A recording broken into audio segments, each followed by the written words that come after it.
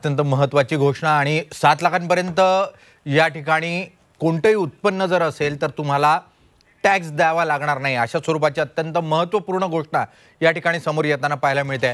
मात्र खरोखर अशा स्वरूपात असेल मग ते 3 ते 6 लाखापर्यंत 5% कर कसा लागणार, हाही तुमच्या मनात प्रश्न असेल, माझ्याही मनात आहे. त्याच प्रश्नाचं उत्तर जाणून घेण्याचा प्रयत्न करणार आहोत आणि याच प्रश्नाचं उत्तर देण्यासाठी म्हणून आपल्याबरोबर नामांकित सीए प्रफुल्ल छाजेड सर आहेत. स्वतः त्यांच्याकडून जाणून घेण्याचा प्रयत्न करू की मुळात हा टॅक्स बदलला म्हणजे तरी काय झालंय, थेटपणे फायदा होणार आहे का? 7 लाखापर्यंत आता मला कोणतेही कर द्यायचाच नाही आहे का? जर माझं 9 लाख उत्पन्न असलं तर 7 लाखापर्यंत कोणताही कर नाही, 2च लाखावर कर द्यायचा आहे का? अनेक प्रश्न आहेत. अजित जोशी पण आपल्याबरोबर आहेत, आपण त्यांच्याकडे पण जाणार आहोत, त्यांच्याकडून पण जाणून घेणार आहोत. दोघेही सीए आहेत, त्यामुळे त्यांच्याकडून हा विषय तातडीनं समजून घेऊ आणि मग पुढच्या विषयांकडे जाऊ, कारण सगळ्यांचा खूप इंटरेस्ट या विषयामध्ये. मराठी सर तुमच्याकडे येतो, हा विषय संपवून येतो. छाजेड सर तुमच्याकडे, मुळात आता 7 लाखापर्यंत टॅक्सेस भरावा लागणार नाही की काय? म्हणजे मुळात असं आहे, मागच्या वर्षी जेव्हा बजेट आलं होतं तेव्हा फायनान्स मिनिस्टरने करदात्यांना जो पर्सनल टॅक्सेशनसाठी 2 ऑप्शन दिले होते. एक जुनी करनीती आणि एक नवीन करनीती त्यांनी इंट्रोड्यूस केली होती. जुन्यामध्ये काय होतं की जसे आपण LIC किंवा कुठे ते ATCचे बेनिफिट घेत होतो, ATDचे बेनिफिट घेत होतो, असे सर्व मिळून तुमच्या उत्पन्नातून ते सर्व डिडक्शन चॅप्टर 6 खाली मिळत होते आणि उरलेल्या रक्कमेवर तुम्हाला एक कर द्यावा लागत होतो. त्याच वेळेला त्यांनी नवीन टॅक्स प्रणाली देखील आणली होती की मला काही बचत जर करायची नसेल तर माझ्या उत्पन्नावर सरसकट प्रमाणे माझ्या स्लॅब प्रमाणे मला कर लागावा. अशा प्रकारचे ह्या 2 टॅक्स रिजीम मागच्या वेळेला आपण केल्या होत्या. टॅक्स दाता आपल्या सोयीनुसार ही एक कोणतीही पद्धत अवलंबून शकत होता. आता याच्यामुळे काय झालं आहे की जुन्या टॅक्स रिजीममध्ये काही काही डिडक्शन्स मिळत होते, ते नव्या टॅक्स रिजीममध्ये मिळत नव्हते. याच्यामध्ये सर्वात महत्त्वाचं त्यांनी यावेळेला जो दिला आहे तो नोकरदारांना, जर मला नवीन टॅक्स रिजीम घ्यायची असेल तर स्टँडर्ड डिडक्शन जे फक्त ओल्ड याच्यामध्ये मिळायचं ते देखील आता नवीन याच्यामध्ये केलेलं आहे. त्याच्याचप्रमाणे नवीनचं आता आपण बोलूया, कारण त्यांनी जे काही डिडक्शनच्या ज्या काही सवलती दिलेल्या आहेत त्या नवीन टॅक्स रिजीममध्ये दिलेल्या आहेत. तर त्याच्यामुळे काय त्यांनी काय केलेलं आहे की त्यांनी जे कॅल्क्युलेशन केलं आहे त्या कॅल्क्युलेशनप्रमाणे 7 लाखाच्या उत्पन्नावर 0 टॅक्स येतो.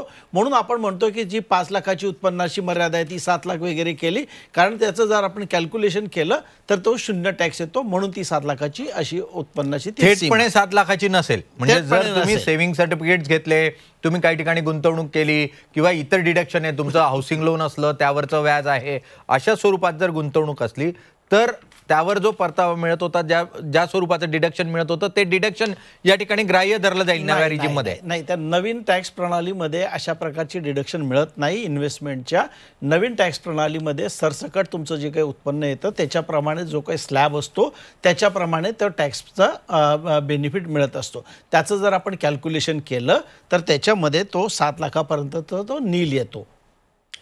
नाही, मला तेच म्हणायचं आहे की हिच्यामध्ये डिडक्शन अवेलेबल असेल की डिडक्शन दाखवण्याची गरज नाही. मला जे वर्षाच्या शेवटी जानेवारी महिन्यामध्ये धावपळ करून सगळ्या पावत्या जमा करत फिरवावे लागतात, सगळे सर्टिफिकेट द्यावे लागतात, ते द्यावे लागतील की नाही? जोशी साहेब तुमचं काय म्हणणं आहे? बघा, मुळात असं आहे की टॅक्स प्रणाली सोपी करण्याच्या नादामध्ये आपल्याकडे 2 वेगळ्या प्रणाली आहेत. एका प्रणालीमध्ये तुम्ही म्हणताय ती सगळी डिडक्शन घेत नाहीत, दुसऱ्या प्रणालीत घेतात. आता ते सगळी डिडक्शन न घेऊन आणि घेऊन दोन्ही पद्धतीने तुम्ही हिशोब मांडा. ते जर उत्पन्न 5 लाखाच्या खाली आलं तर जुन्या प्रणालीमध्ये तुम्हाला काहीही कर बसत नाही. पण ते 5च्या वर गेलं तर 2.5 ते 5 वर कर बसतो. बरोबर. यांनी काय केलं आता खरं सांगायचं तर ही अगदीच नॉन इफेक्टिव्ह प्रोव्हिजन आहे. याचं कारण असं की तुम्ही नव्या प्रणालीत जर गेला असतात तर तुम्हाला डिडक्शनचा फायदा मिळाला नसता. सो समजा तुमचं उत्पन्न 6.5 लाख आहे तर तुम्हाला डिडक्शनचा फायदा मिळून ते 5च्या खाली येतं आणि त्याच्यानंतर ते एक्झम्प्ट होतं जुन्या प्रणालीत. त्यांचं म्हणणं असं की नव्या प्रणालीत हीच मर्यादा 5च्या ऐवजी 7 वर आणली. करमुक्त उत्पन्न 7 लाख नाही. जर तुमचं एकूण उत्पन्न कुठलंही डिडक्शन न घेता 7 लाखाच्या आत असेल तर त्याच्यावर तुम्हाला कर द्यावा लागत नाही.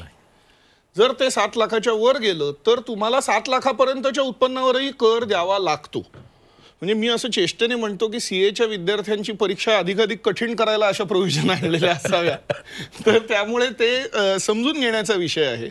आणि त्याचप्रमाणे जे त्यांनी नव्या कर प्रणालीतल्या टॅक्स रेट्स बदललेले आहेत, पुन्हा एकदा तेच आहे की त्याचा इफेक्टिव्ह काही फार मोठा फरक पडत नाहीये. तुम्ही जर का, आणि बहुतांशी सॅलरीड वर्ग हा होम लोन घेतलेला असतो, त्यामुळे होम लोनचा प्रिन्सिपल एलिमेंट हा 1.5 लाखाच्या वर जातो मोस्ट ऑफ अगदी द जातो, टाइम्स. निश्चित.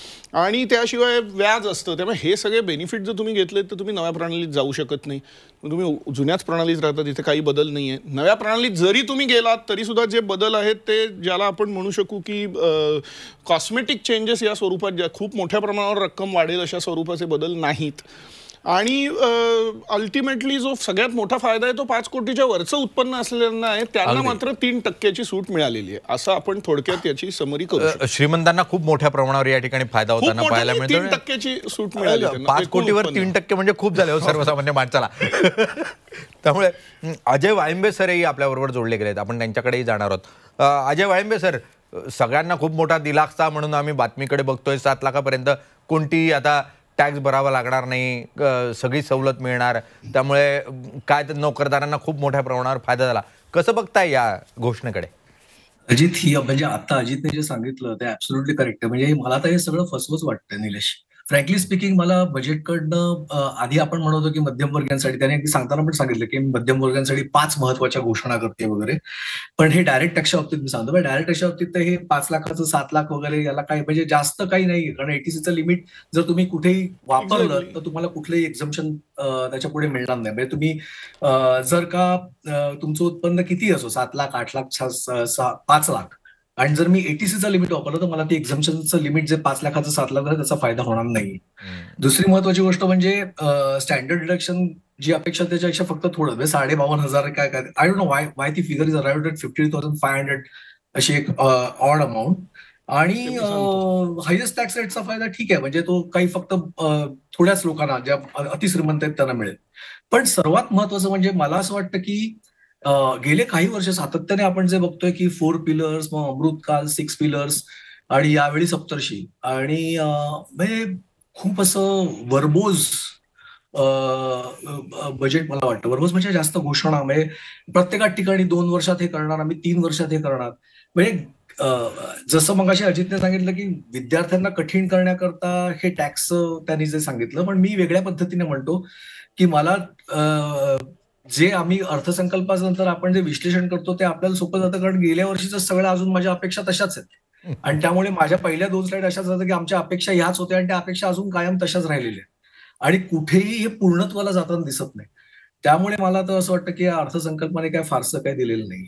तर मुळात 50,000वर 2.5 लाखाची जी मर्यादा होती बेस्टची, ती 3 लाखापर्यंत नेल्याची घोषणा या ठिकाणी करण्यात आलेली आहे. ते नव्या रेजिमसाठी. नव्या रेजिममध्ये, तेही नव्या रेजिममध्ये मिळणार. तेही नव्या रेजिममध्ये मिळणार, जुन्या रेजिममध्ये मिळणार नाहीच नाही. मिळणार. मग मुळात या 7 लाखावरची बचत झाली तर किती झाली? जर आपण बचत म्हणून छाजेड सर, बचत झाली असं जर म्हणायचं तर सर्वसामान्य नोकरदाराची किती बचत झाली? मी तुम्हाला असं सांगतो, अगोदरही जेव्हा नवीन टॅक्स प्रणाली ही जी आपण दुसरी रचना आली होती ना, तेव्हाही ज्यांचं उत्पन्न जास्त असायचं त्यांनाच तो फायदा होता. कारण त्याच्यामध्ये कसे होते, वेगळे वेगळे स्लॅब रेट होते. कारण कसं आहे, तुम्ही एकदा जर त्या डिडक्शनवाल्या ऑप्शन ए मध्ये जर असाल ना, तर तुम्हाला डिडक्शन घेतले, त्याच्यानंतर त्या 3 स्लॅब होते, त्याच्याप्रमाणे तुम्हाला लवकर तो हायर रेट टॅक्स लागायचा 10 लाखाच्या वरती. इथं कसं होतं, ते तुकडे होते. आत्ताही त्यांनी काय केलं की नवीन रिजिममध्येच ते सकाळच्या बेनिफिट जे दिलेले आहेत ते नवीन रिजिममध्ये दिलेले आहे. म्हणून आता हे दोन्ही माझ्यासोबतचे जे कलिग बोलले ना, जर तुमचं उत्पन्न जास्त असेल, एका मर्यादेपेक्षा 10, 15 लाख, 12 लाख, 18 लाख अशा प्रकारचं असेल, तरच कॅल्क्युलेशन केलं तर नवीन रिजिममध्ये अगोदरही फायदा होता. आता मला वाटतं तो फायदा थोडा जास्त होईल, कारण आता स्टँडर्ड डिडक्शनही मिळतील, ती मर्यादा 7 लाखापर्यंत जाईल. तर तो जो काही बेसिक फायदा आहे तो आता नवीन रिजिममध्ये जास्त प्रमाणात येईल. त्यांनी म्हणून सांगितलं की आमची इच्छा आहे की सर्वांनी त्या नवीन रिजिममध्ये जावं, परंतु अजूनही करदात्याला दोन्ही ऑप्शन, असं त्या बोलताना शेवटी बोलल्या आहेत. मुळात ही ॲम्बिग्विटी ठेवायचीच का? 2 रस्ते ओपन करायचे आणि सांगायचं तुम्ही निवडा. यापेक्षा एकच काहीतरी स्पष्ट चित्र जर झालं तर आणखी सोपं होत जाईल. मुळात जोशी साहेब, आपण जर म्हटलं तर मग आता कॉमन मॅनने काय, जर प्लॅनिंग करायचं असेल तर कशा स्वरूपात प्लॅनिंग केलं पाहिजे? नाही काय ते अजयजी म्हणाले तसं पंचामृत आणि अमृतकाल आणि सप्तर्षी वगैरे अशा येणाऱ्या भविष्याची आपण वाट बघू. त्याच्यामध्ये काही ना काही चांगलं घडेल. आपण खूप काळ वाट बघतोय, अजून थोडी वाट बघू. पण आत्ता मला काही असं वाटत नाही की काय फार मोठा फरक पडलेला आहे. छाजेड साहेब अगदी बरोबर म्हणाले की तुमचं उत्पन्न जर 17-18 लाखाच्या वर असेल तरच तुम्हाला नव्या रेजिममध्ये फायदा होतो. आता या सगळ्याच्या मुळाशी एक गंभीर प्रश्न असा आहे की तुम्हाला जी पर्सनल टॅक्समध्ये डिडक्शन दिली होती त्या डिडक्शनमध्ये काही तर्क होतं किंवा तुम्ही मध्यमवर्गीय माणूस जर घर विकत घेत असेल तर त्याला त्याचा काही फायदा व्हावा. तो जर मेडिक्लेम करत असेल, आज मेडिक्लेम सारखी दुसरी महत्वाची गोष्टच नाही आपल्याला कोरोना, तर त्याला त्याचा काही फायदा असावा किंवा डोनेशन्सला फायदा असावा. आता हे का काढून घ्यायचं मुळात? म्हणजे मला पर्सनली हे समजतच नाही की नव्या टॅक्स रेजिमचा उद्देश काय.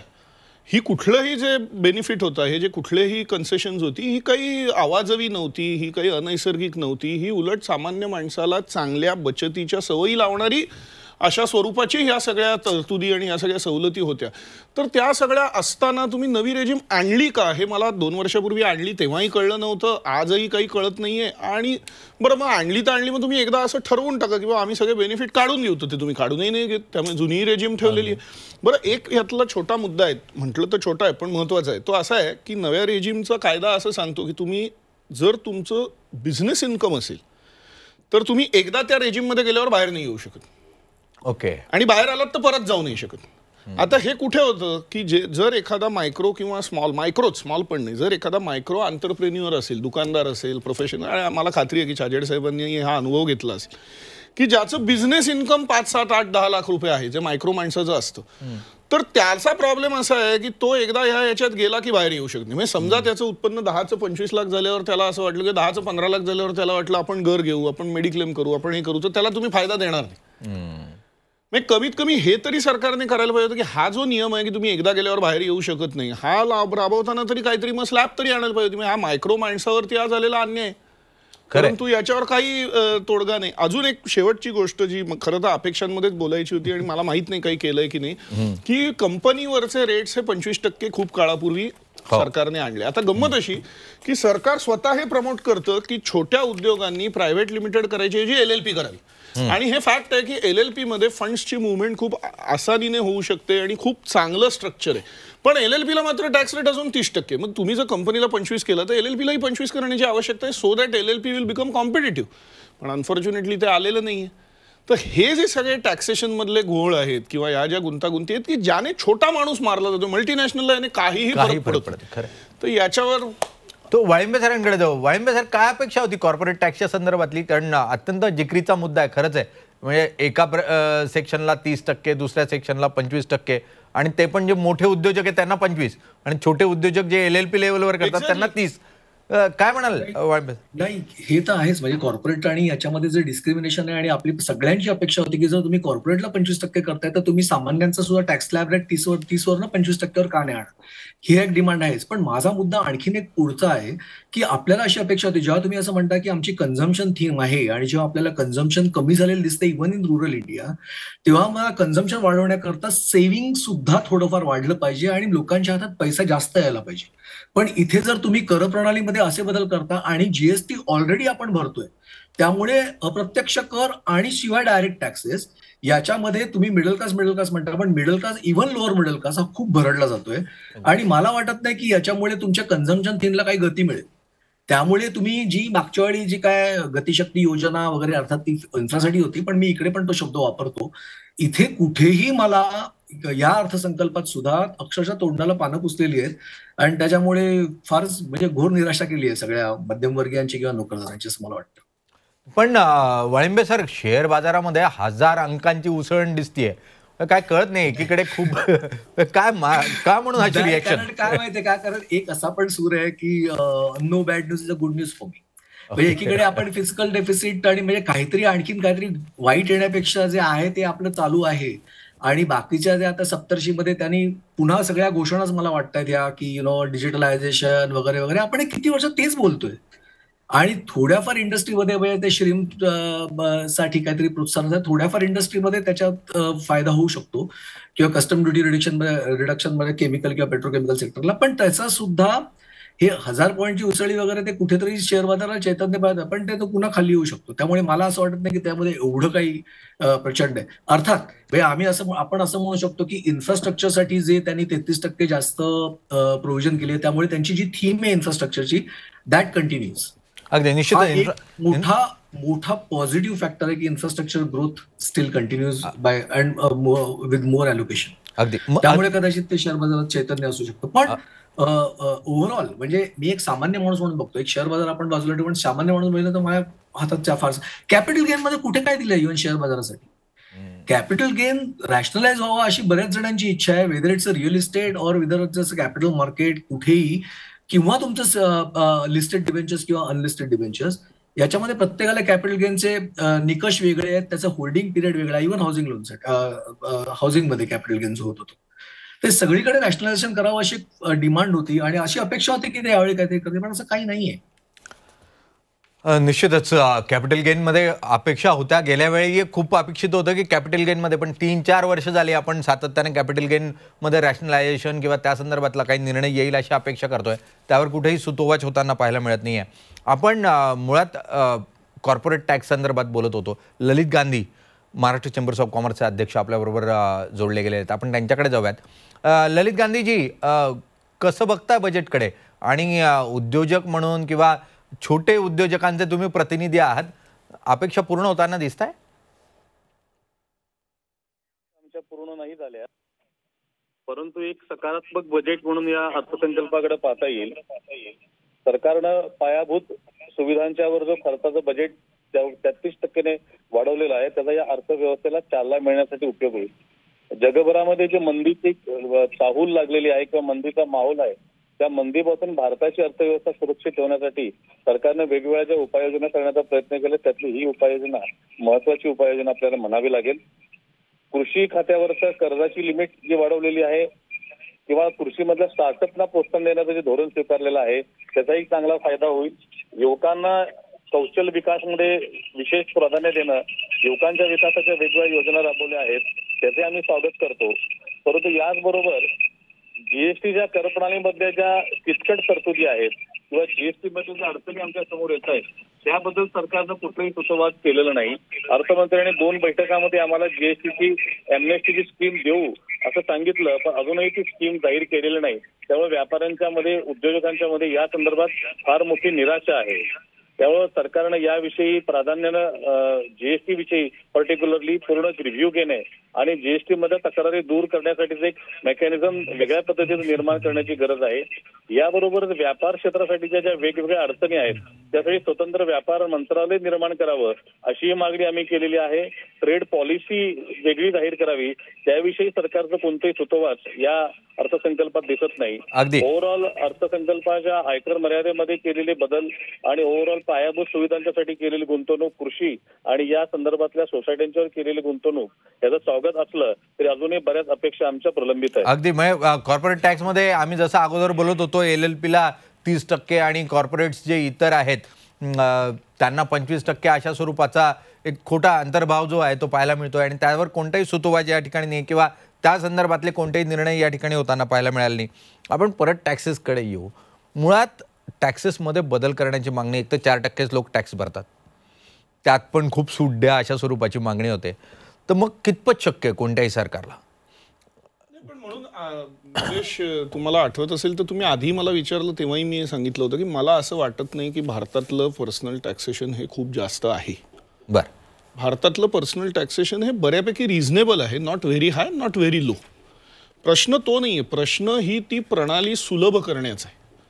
जसं मी आत्ता अल्टरनेट टॅक्स रेजिमबद्दल बोललो किंवा जसं LLP आणि ह्याच्याबद्दल बोललो, जसं अजय सर आत्ता आपल्याला कॅपिटल गेनमधलं रॅशनलायझेशन ज्याला म्हणतात, सिम्प्लिफिकेशन ज्याला म्हणतात, आणि अशी खूप अपेक्षा होती की हे सुलभीकरण होत जाईल. दुर्दैवाने गेल्या 3-4 वर्षांमध्ये सुलभीकरण होण्याच्या ऐवजी आणखीन गोष्टी कॉम्प्लिकेट होत आहेत.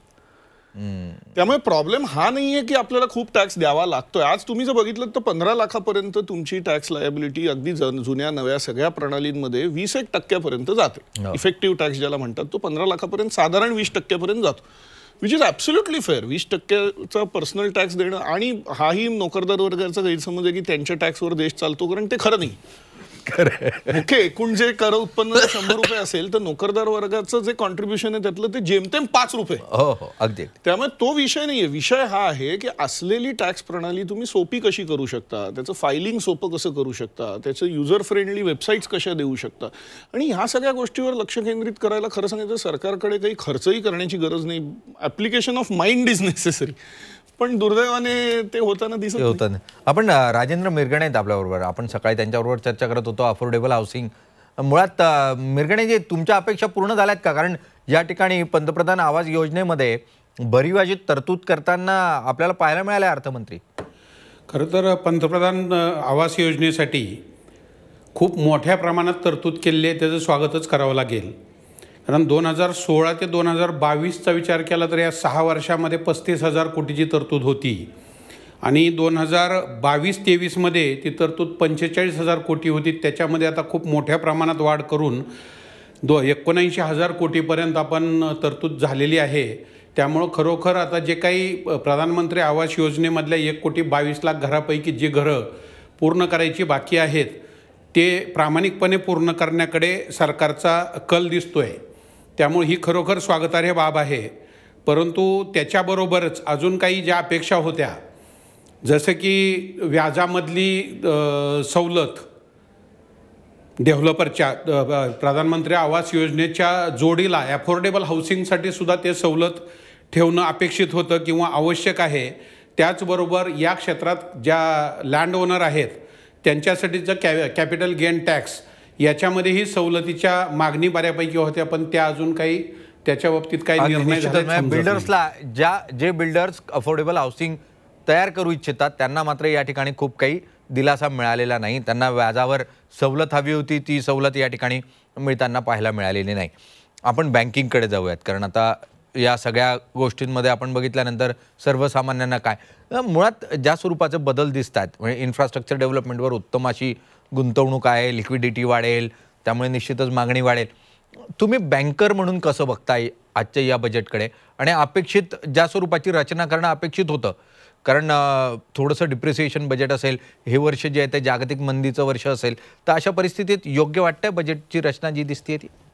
ॲज अ बँकर म्हणून सांगतो, येस, भारतामध्ये नजीक ह्या जवळच्या काळात अनलेस काहीतरी भलतंच काही झालं तर भाग वेगळा रिसेशन येणार नाही.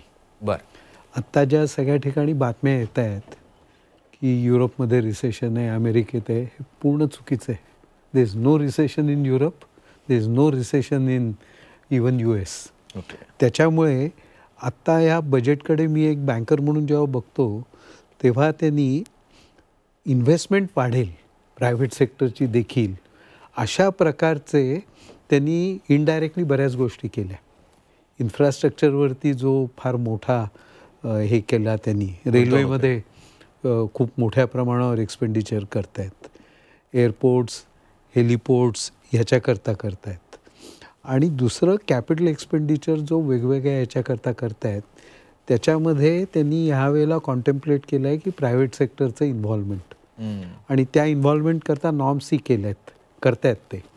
त्याच्यामुळे भरपूर ॲक्टिव्हिटी वाढेल असं एक त्याच्यातलं दिसतं. दुसरं जे 2 अँगल आणखी मला त्याच्यातले महत्त्वाचे वाटतात ते असे, ॲग्रिकल्चरल सेक्टरमध्ये आपला फोकस खरं म्हणजे गेली 5-6 वर्ष केंद्र सरकारचा हा मेक इन इंडिया, PLI ह्याच्यावरती होता. पण भारतातलं जर का आर्थिक गती वाढवायची असली, 5 ट्रिलियन सोडून द्या, 5 ट्रिलियन असेल, 7 असेल, जे काय व्हायचं ते होईल, कारण वी आर ऑलरेडी 3.5 कोटी ट्रिलियनच्या आसपास आहोतच आपण. पण ग्रीन एनर्जीला सपोर्ट करणारी ॲक्टिव्हिटी खूप आहे, त्याच्यातनं इन्व्हेस्टमेंट अपॉर्च्युनिटी खूप येणार आहेत, त्याच्यातनं उद्योगधंदा वाढणार आहे या सगळ्या ह्याच्यातनं. किंवा ॲग्रिकल्चरल सेक्टरमध्ये त्यांनी जवळजवळ 20 लाख कोटी रुपये ॲलोकेट केलेले आहेत. डेअरीला तसेच केले आहेत, फिशरीजला तसेच केलेले आहेत. त्याच्यामुळे एक एनेबलिंग एन्व्हायरमेंट या बजेटमधनं झालेलं दिसतं. फिस्कल कन्सॉलिडेशनकडे ते continuously they are moving ahead. आणि लोकांनी त्याचा फायदा करून घेणं, म्हणजे कालच्या इकॉनॉमिक सर्व्हेच्या ह्याच्यातनं जर का बघितलं तर फ्री ट्रेड ॲग्रीमेंट्स आत्ता आपला ऑस्ट्रेलियाशी झालं, UAEशी झालं आणि UK आणि युरोपियन युनियनशी चालू आहे. फ्री ट्रेड ॲग्रीमेंट झाल्यानंतर भारतातल्या प्रायव्हेट सेक्टरला खूप मोठा वाव आहे, क्वालिटी इम्प्रूव्ह करून, कॉम्पिटिटिव्ह करून. म्हणून त्यांचे रेट्स कुठे वाढवलेले नाहीत कॉर्पोरेट सेक्टरचे. इनोव्हेशनला किंवा ह्या सगळ्या डिजिटलायझेशनला खूप मोठ्या प्रमाणात त्याच्यातनं दिलं आहे. त्याच्यामुळे मला असं वाटतं की हा जो 6-6.5% ग्रोथ रेट ते मांडत आहेत, तो कदाचित आपण पुढच्या वर्षी एक्सीड करू आणि ओव्हरऑल ॲक्टिव्हिटीला एक चालना मिळेल. एक एनेबलिंग एन्व्हायरमेंट या बजेटमधनं झालं आहे असं मी म्हणेन. डायरेक्ट बेनिफिट कोणाला कुठला दिला आहे असं त्याच्यातलं आता दिसत अगदी निश्चितच. डायरेक्ट बेनिफिट्स तुमच्या आमच्या खिचाला थेटपणे मदत होईल किंवा बचत होईल अशा स्वरूपाचा कोणताही थेट निर्णय मोठ्या प्रमाणावर नसला, जरी दिसायला म्हणून 7 लाखापर्यंतची घोषणा होत असली, त्याचा फायदा होणार नसला तरीही देशाची अर्थव्यवस्था कशी वेगाने पुढे जाईल या दृष्टीने मात्र पावलं टाकण्याचा प्रयत्न या ठिकाणी पाहायला मिळतोय. आपण वाळिंबे सरांकडे जाऊयात. वाळिंबे सर, स्टार्टअप इंडिया संदर्भातलं सुतोवा सातत्याने 4-5 वर्ष झालं. यावेळेला फक्त ॲग्रिकल्चरल स्टार्टअपसाठीच्या खूप बेनिफिट्स दिसत आहेत. दुसरीकडे स्टार्टअपबद्दल एक टॅक्स बेनिफिट जे होते ते 7 वर्षाऐवजी 10 वर्षापर्यंत कॅरी फॉरवर्ड करण्यासाठी म्हणून परवानगी दिली आहे. तो एक जर मुद्दा सोडला तर खूप काही या ठिकाणी स्टार्टअपसाठी काही दिसत नाही आहे. कसं बघता? नाही, स्टार्टअपकडे तसं म्हटलं तर ही जी आता एक्झाम्पशन लिमिट वाढवले 7 वर्षावरून 10 वर्ष, ते खूप पॉझिटिव्ह गोष्ट आहे. पण मला असं अपेक्षा होती की स्टार्टअप्समध्ये जे पर्टिक्युलरली IT किंवा AI मध्ये जे स्टार्टअप आहेत त्यांना काहीतरी स्पेसिफिक एक्झाम्पशन मिळेल. तसं काही दिसत नाही. पण AI साठी त्यांनी दुसऱ्या प्रोव्हिजन्स केल्या, पण स्टार्टअपसाठी पर से असं काही प्रोव्हिजन केलेलं दिसत नाही. पण त्याच्या आधी निलेश, मला एकच गोष्ट, मगाशी सरांनी जे सांगितलं बँकांच्या बाबतीत त्यांच्या अपेक्षा वगैरे, मला एक मुद्दा सर मला सांगायचा होता की जेव्हा आपण या पब्लिक सेक्टर बँकांचं जे प्रायव्हेटायझेशन थोडंफार जे झालं गेल्या 2 वर्षात, ते यावर्षी पण ती अपेक्षा होती. मला असं वाटतं की मे बी आगामी निवडणुका लक्षात घेऊन ते टाळलं की काय मला माहिती नाही. पण ऍटलिस्ट उरलेल्या पब्लिक सेक्टर बँकांचं खाजगीकरण अपेक्षित नव्हतं का तुम्हाला? एक त्याच्याबद्दल खूप चर्चा होते, डिबेटही होतात. इन्व्हेस्टर्स मोठ्या प्रमाणावर जर का आपल्याला हवे असतील तर तसं आत्ता ग्लोबल स्टेजवरती हे नाही आहे. भारताकडे कंटिन्युअस इन्फ्लो आहे याचा, फॉरेन एक्सचेंजचा, आणि भारतीय देखील खूप मोठ्या प्रमाणावर हे करत आहे. युरोपमधल्या लढाईनंतर आपले फॉरेक्स रिझर्व्स कमी झाले, पण गेली 2 महिने सतत वाढत आहे. पण बँकांचं जर का degovernmentalisation, I don't use the word privatisation, degovernmentalisation जर का होणार असलं तर they will need people with huge pockets. आणि तसा पैसा आज लगेचच येईल असं नाही, कारण US त्यांना जो इंटरेस्ट रेट त्यांच्या इन्व्हेस्टमेंटवरती मिळतो आहे त्याच्यातली आपल्या ह्याच्यातली गॅप मोठी आहे. परत हेजिंगचा प्रश्न त्याच्यावरती जर का कोणी करायचं, म्हणून this is not the right time when we may be able to get real correct valuations for our banks.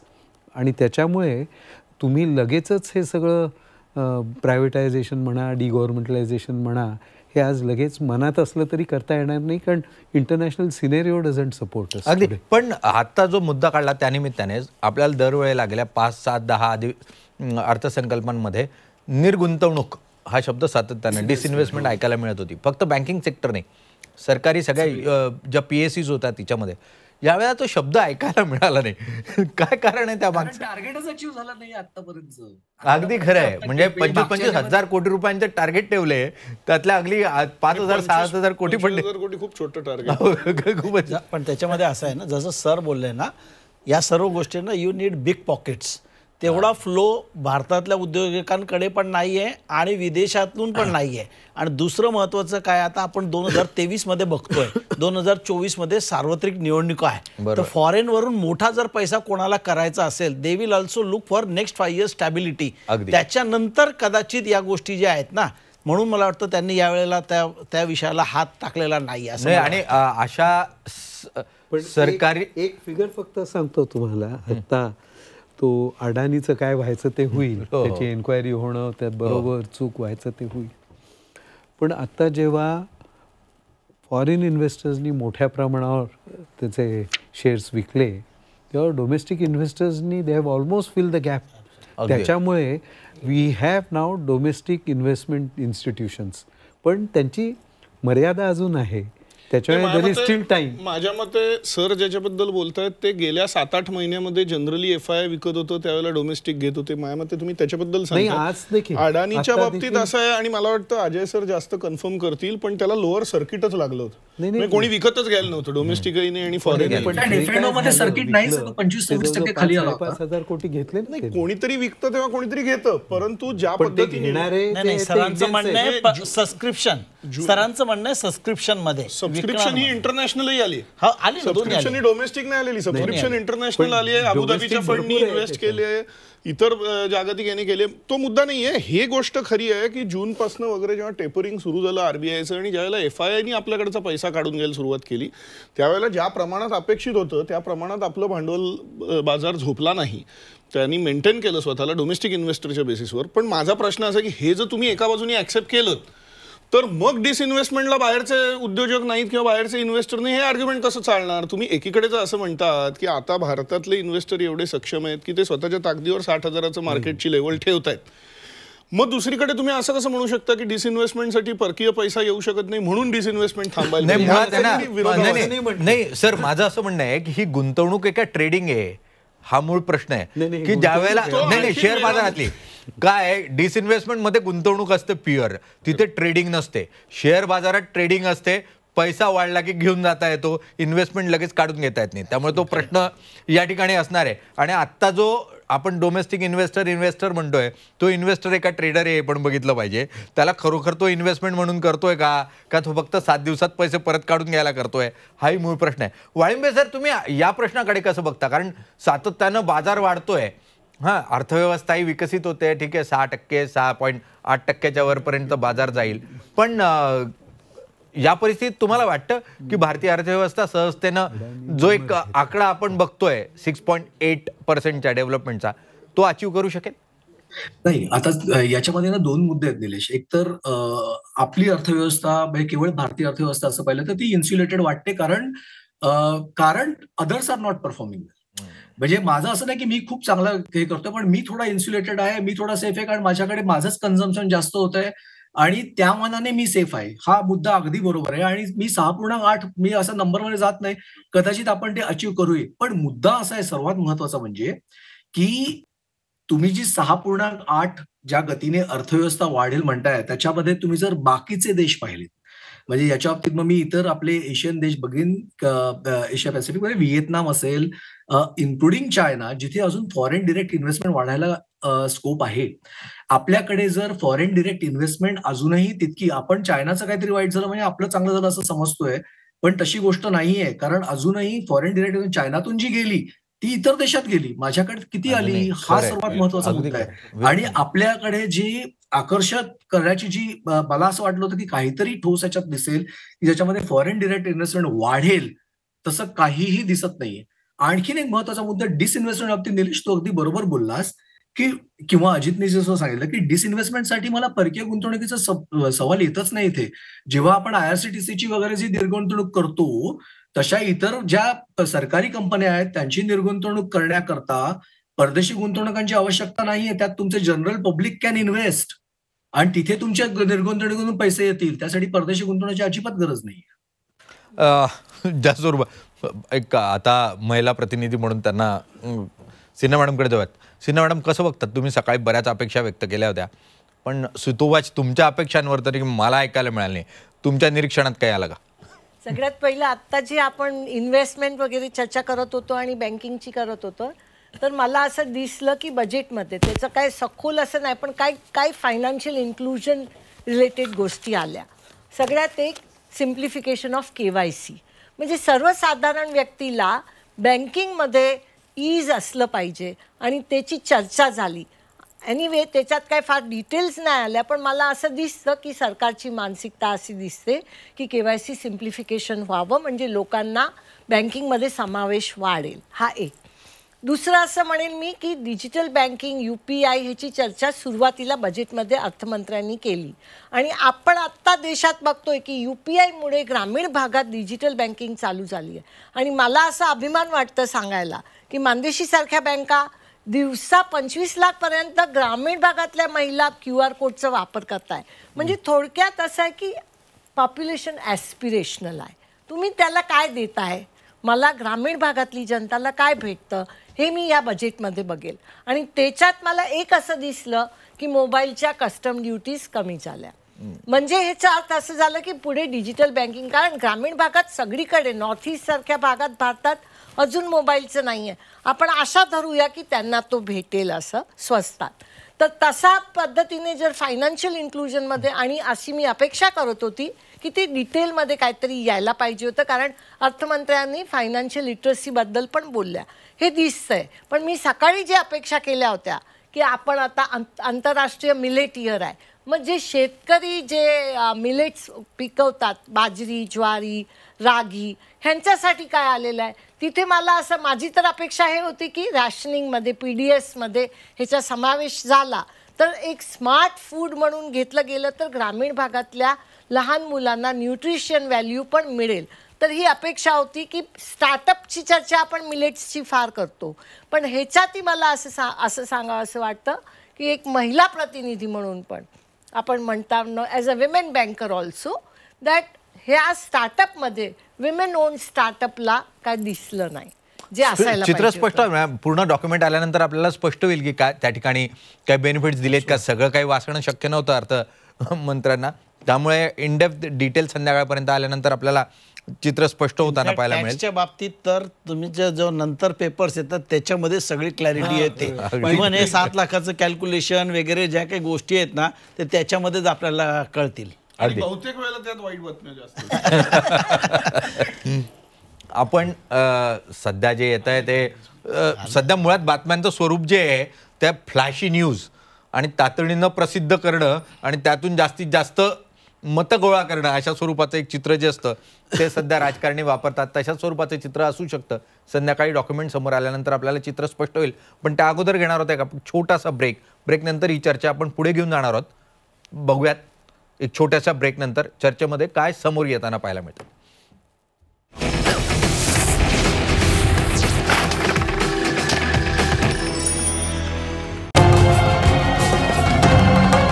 छत्रपतींचा विचार म्हणजे